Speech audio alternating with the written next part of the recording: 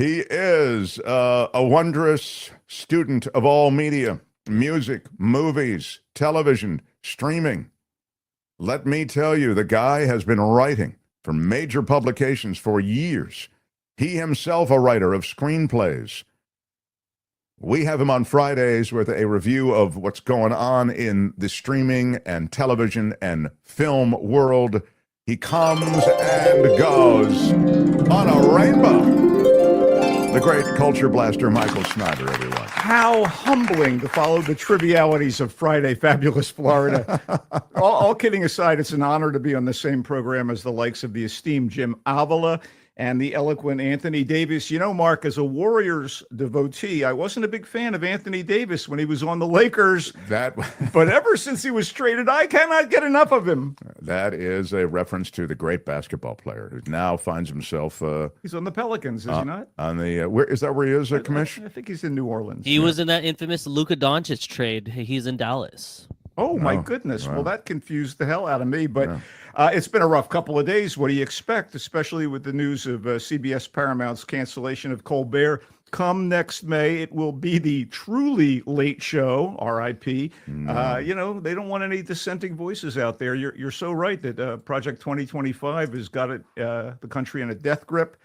But I know that means nothing to you, really, because you're excited about your merchandise. I mean, as far as I'm concerned, the best thing about it is that I can now tell someone who annoys me to put a Mark Thompson show sock in it. That's it. Mean, the socks are... Show us the socks, Mark. I'll show you the socks, and I will just say that, you know, I'm going to get you... if I knew you'd wear them, I'd get you a pair of them. I mean, you're kind of in the Kim...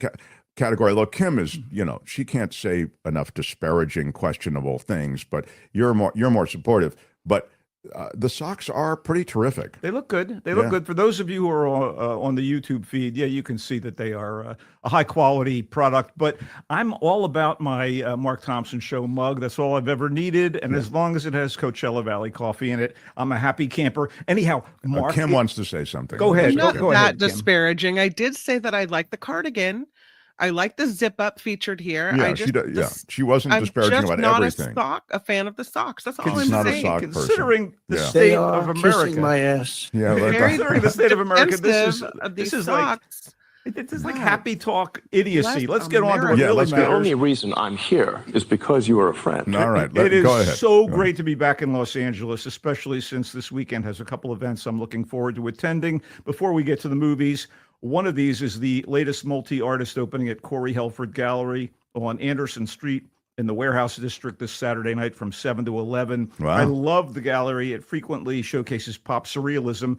And as a pop culture fiend, I've been thrilled at their themed group show tributes to everything from Hello Kitty and the Mattel Toy Company to the influential comic book artist. No, Jack that's kind of Kirby. an interesting idea. The Mattel. Did I see that? Yeah, I did. I saw it. Yeah, a massive anniversary party. It was great. Yeah.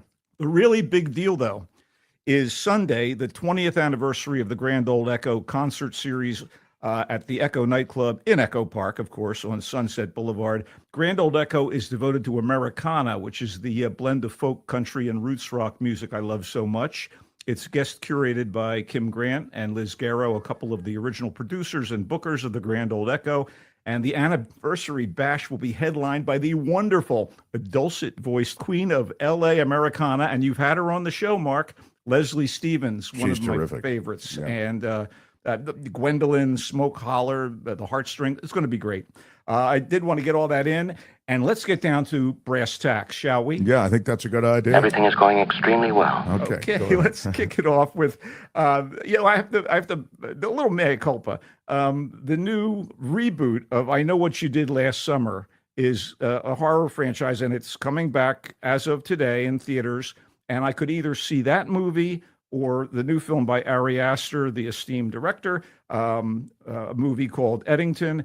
And I went for Eddington because I know what they did last summer. I saw the earlier films. Well, what do I need to see another one for? Anyway, one thing is for certain about filmmaker Ari Aster. He is not afraid to take chances, to be bold. Of course, that can be risky too. His first two major motion pictures, Hereditary and Midsummer, were stunning examples of what's known as elevated horror. I mean, Astor's ability to generate dread in these films, nothing short of bone-chilling. But his most recent movies, Beau is Afraid, and this new one, Eddington, are less effective because he just tries to do too much. Interestingly, both Eddington and Beau is Afraid star Joaquin Phoenix, for better or worse. I mean, this guy's greatest gift appears to be playing misfits that can make you squirm by just watching them. Yeah, Eddington is a period film, by the way, and that period is very recent, the early days of the COVID pandemic. Specifically, May 2020, when masking and social distancing were considered mandatory for people's health. So Phoenix plays Joe Cross, the sheriff of a small New Mexico town, Eddington, which is on the verge of having a high-tech business open shop there if everything falls into place. So Joe hates and defies the COVID mandates. Meanwhile, his marriage to wife Louise, played by Emma Stone, is a cold affair, which is kind of hard on Joe since he'd like to have kids. So at a personal crossroads, he decides to win the mayorship of Eddington from the local Hispanic-American businessman and current mayor, Ted Garcia, played by the ubiquitous Pedro Pascal, who's been in every movie ever and TV show. You're right. I mean, he's pretty much everywhere. He's about to shine as one of the stars of the upcoming Fantastic Four movie, which we'll talk about next week. So Joe is clearly in short fuse mode, which is exacerbated when the local youths take up placards in the aftermath of George Floyd's death and start demonstrating in the heart of, Eddington. So something's got to give, and something does. The cast is blue ribbon, including Austin Elvis Butler in a small but notable role. The cinematography is, I got to call it upper echelon, and there are scenes that are absolute knockouts with bursts of like sharp satire, some brutal action, but the disparate elements, the political and social strife, the personal angst, the takes on the digerati, corrupt business practices, black ops trickery, and religious cults just don't hold together, nor does Eddington's lead character, this guy, Joe Cross, inspire much empathy. So Eddington is fascinating and compelling until it gets lost up its own butt. Still, an Ari Aster misfire is more interesting than so many other features out there, and his attempt to address the schisms and the bad faith in actors that are tearing America apart, as we know, is laudable, even if it comes off as too massive an undertaking. In Eddington, it's in theaters. His work is always compelling, but I think maybe he should get back to horror. I don't know what to say. This is a horror of sorts. Yeah, you don't. It's too bad. It seems like a lot of the primordial ooze of a good movie was there, but laudable's a ding word. It just doesn't. It just. I'm not going to not recommend it. I just feel like it's a challenge. It missed. You felt it could have been more. Yeah, or maybe it was just, like I said, too much. Okay, let's go from that to something a little more ridiculous. The shockingly enduring little blue sprites known as the Smurfs. Oh, yeah. Created in the late 1950s by Belgian cartoonist Peyo for a comic series. And seemingly with us forever, they're back in Smurfs. Very creative title. It's yet another animated, and I put this in quotes, romp with the venerable, and I use the term advisedly, intellectual property. I couldn't have been less impressed, Mark. Wow. I'm a big animation aficionado. You are. That's good. Venerable's a ding word. And, all the voice talent in the entertainment business. And let me just point out that John Goodman voices Papa Smurf, who was stolen by Razamel and Gargamel, a couple of evil wizards, of course. There's always going to be some evil wizards around. What? And Rihanna, who they've given top billing to, is voicing Smurfette. But, all of the technical expertise brought to bear in the interest of creating a fantasy world won't save a lame, relentlessly silly, yet unfunny script that continues to lean on the word Smurf as a prefix or suffix attached to normal words for laughs. I'm feeling all smurfed up here right now. I see. So when it was over, the only truly blue thing was my mood. It is in theaters. I do have to point out, director Chris Miller has done some cool stuff. I love Rihanna's Shut Up and Drive. I mean, she's a fantastic performer and singer. Well, wait a minute. So, is this kind of like in the category of the first film, that Eddington film, where you said, well, it's not awful, but no, it's kind of crap. Is this worse? Yeah, absolutely. No, Eddington is, thought provoking. That's This what- is yeah. like mind numbing. And Okay. So this totally misses for yeah, you. listen, here's the voice cast. I mean, they figure let's throw as many names as possible in here. And Pixar doesn't really do that. They get the right voice for the right job, I see. even when they fail. But in addition to Goodman and Rihanna, Kurt Russell, James Corden, Nick Offerman. Nick Wow. Offerman's so good in Sovereign, that film that I Yeah, raved about last week. absolutely right. Dan Levy, Amy Sedaris, Natasha Lyonne kicking butt in Poker Face, and then like getting a paycheck to do the voice of Mama Poot in Smurfs. Oh, our boy Jimmy Kimmel, who has not been canceled quite yet, does a voice. Octavia Spencer. Oh, God, what a waste of talent. Anyway, let's move on to something more interesting. And again, this is the week of mediocrity, I think.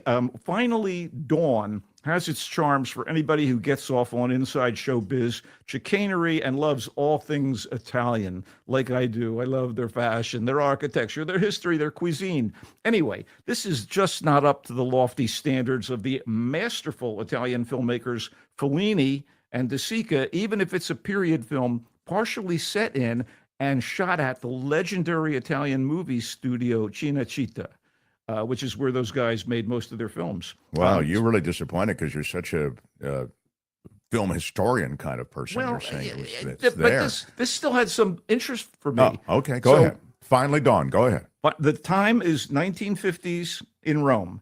And we have a newcomer, a young actress from Italy named Rebecca Antonacci, and she is incredibly appealing as a naive Roman girl named Mimosa, whose sister wants to audition as an extra in a big sword and sandals movie being shot at Cinecittà. So she comes along with her sister, and she's the one that gets tapped for a featured extra role. And she's caught up while there in the orbit of two American movie stars in town to make this Swords and Sandals epic at Cinecittà. And those actors are played by the noted and versatile English rose Lily James, who broke through as a young aristocrat in Downton Abbey and went on to embody Pamela Anderson in Pam and Tommy. That is versatility. Wow. And Joe Keery, best known as one of the older kids on Stranger Things, the Netflix horror TV favorite. He's grown up, let's put it that way. James plays a pampered, privileged, glamorous, demanding, and shallow Hollywood leading lady, Josephine Esperanto. Curie is Josephine's younger, kind of obsequious, pretty boy co-star, Sean Lockwood. Hit the bell. Yeah, Obsequious is definitely. Okay. In this costume drama that brings Mimosa in as the spotlighted extra, and she catches the eye of both Josephine and Sean. And then, how about this? There's the always welcome Willem Dafoe in the cast as art curator Rufo Priori, who was Wow. Josephine's best friend in Italy. So it's packed with talented people. And as the movie wraps with the movie within the movie, the two stars, the art curator, and the innocent novice actress head to a hoity-toity party in a villa, and Mimosa gets a look at the more sordid side of the upper crust. So director and screenwriter Saverio Costanza has previously worked on the wonderful TV series My Brilliant Friend. And he brought in the wonderful actress and the narrator of My Brilliant Friend, Alba Rohrwacher, to play an Italian film star in Finally Dawn. So all the pieces are in place, right? But it's hard-pressed to measure up to the movies of the aforementioned Fellini, who worked in this milieu, the movie business and high society in Italy on a number of occasions. And yet, for me, it's sung a little bit, because it's something I was fascinated by. The performers were all wonderful. It is in select theaters and available this weekend for streaming on demand. It's called Finally Dawn. I feel as though it falls into the same category as some of the other stuff you've talked about. Yeah, which is exactly. kind of like there's a lot good here. It just didn't quite live up to the expectations that you had. Well, that would be the case for this and Eddington, and Well, not for, your not for Smurfs, you said, is just a throwaway. Yeah. And speaking of throwaways, and there are some interesting moments to it, Saint Clair is an overly familiar mix of the avenging angel killer trope and a young adult soap, top-lined by resolutely B or C level actors who are led by the effectless Bella Thorne as a college girl, Claire, with a troubled past, who has taken it upon herself to eliminate unsavory types, especially sexual predators. Uh-oh, watch out. Wow. This is going to be Epstein all over again. Yeah. And also there's Rebecca De Mornay as her foxy grandma. That's right. Rebecca De Mornay is playing a grandmother here, a former actress who is the girl's guardian. Ryan Phillippe is also here as a local police detective seeking to solve a very recent murder. Oh no, another serial vigilante on the loose. Look, it's not Dexter with boobs, but you'd be forgiven for saying so. It's called St. Clair. It has some interesting moments, but it's again below Eddington and finally Dawn in the grand spectrum of good to bad. It's in select theaters and also available for streaming on demand. Quickly, I do want to mention we haven't had a chance to talk about it, but it's out there and it's a disappointment. The Old Guard 2 on Netflix, which is an action fantasy mystery drama about a bunch of immortal, I guess you'd call them Avengers, who have been around putting down the bad guys for years and years and years. And it stars the always compelling Charlize Theron and also features Kiki Lane and various others. Chiwetel Ejiofor is in this thing. Uma Thurman plays a villainess. And it would seem to be, okay, let's check this out. It's on Netflix. Compared to the first of these movies, which was directed by Gina Prince Bythewood, who did The Woman King, which was an Oscar-nominated film. This is pretty weak stuff. The script and no Prince Bythewood and a walk back of an important plot point of the first movie leave this kind of toothless in my doesn't like it. Doesn't like the Old Guard too. No, it disappointed the hell out of me. By the way, there was the Old Guard 1. I kind of liked it. Again, it's popcorn. It's a chewing gum for the brain, if you will. Okay. But it was kind of better than this thing turned What out. else do you have for us, oh great culture blaster with limited time? We have put off talking about television programs. I'm going to do a rapid fire bunch of quickies here. The fourth season of The Bear on FX Hulu, and what might be the final season, or at least, it seems like the end game to Squid Game on Netflix are available for watching, and they're both worth your time. And, we can elaborate at some point, but I'd like to talk briefly about Stick. Stick is on Apple TV Plus, and it stars Owen Wilson as Price Cahill. It's almost done its run, so, it's still kind of relevant. Price Cahill is a former championship-level pro golfer whose life, including his marriage, goes to hell after an ugly incident on the greens back in the day. But he meets this wunderkind, Santi, who is this uncommonly skilled teen golf whiz, and decides to coach the boy to greatness.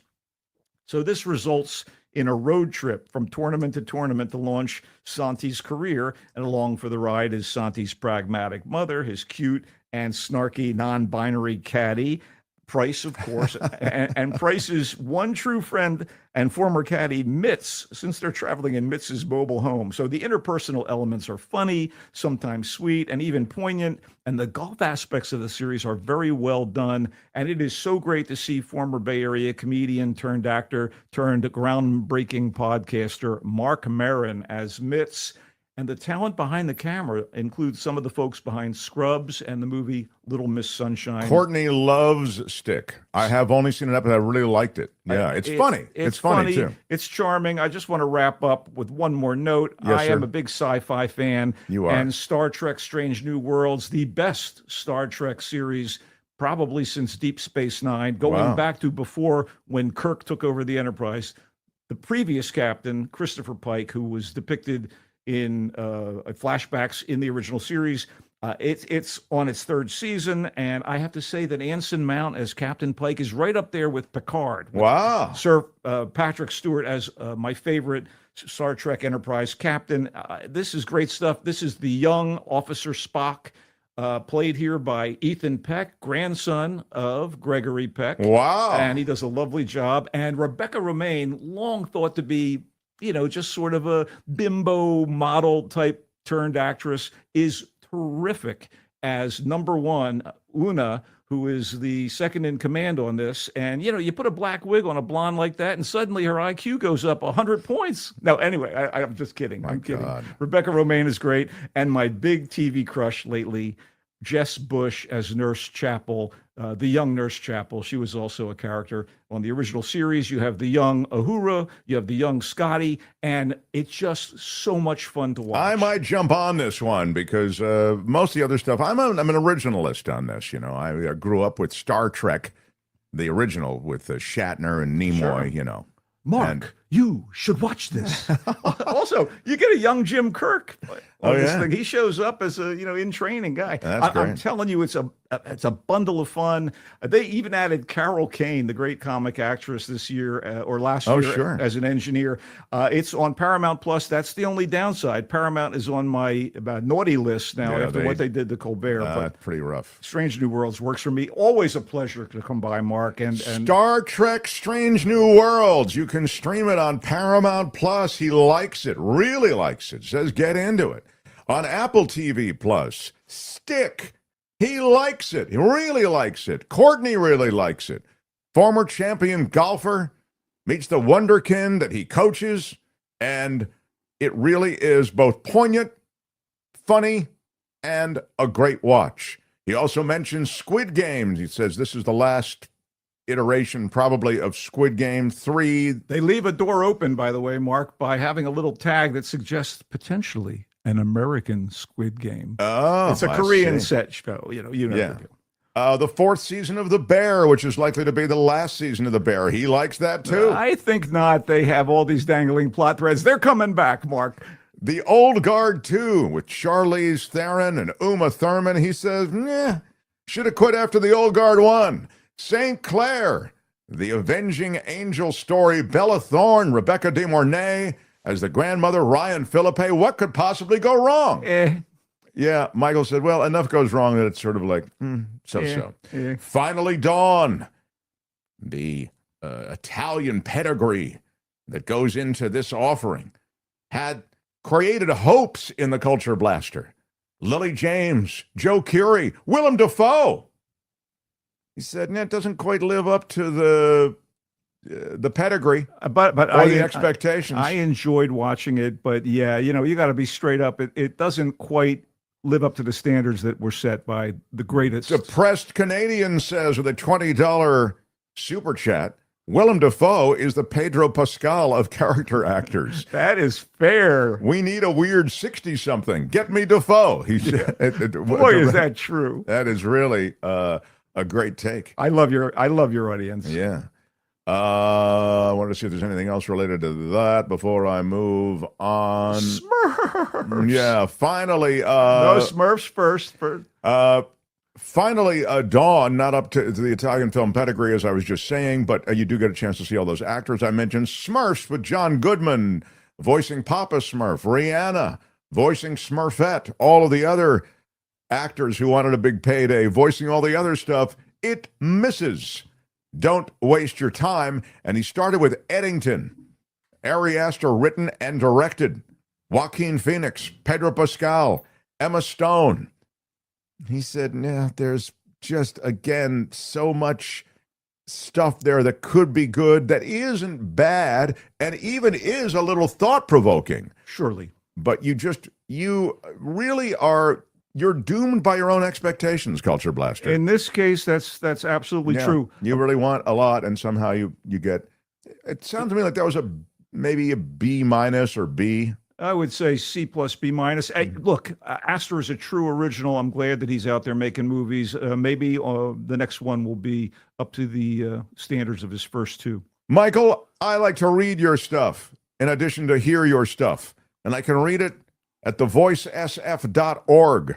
Thevoicesf.org is where you can read the Culture Blaster. If you like the Culture Blaster when he's speaking, you'll love him when he's writing. Correct. And, by the way, if you hate him when he's speaking, what a great thing that you can just read his stuff without having to listen to him speak. How dare you? He comes and goes. I can't believe it. Go Giants. Oh, my God. Bye-bye, Michael. We adore you.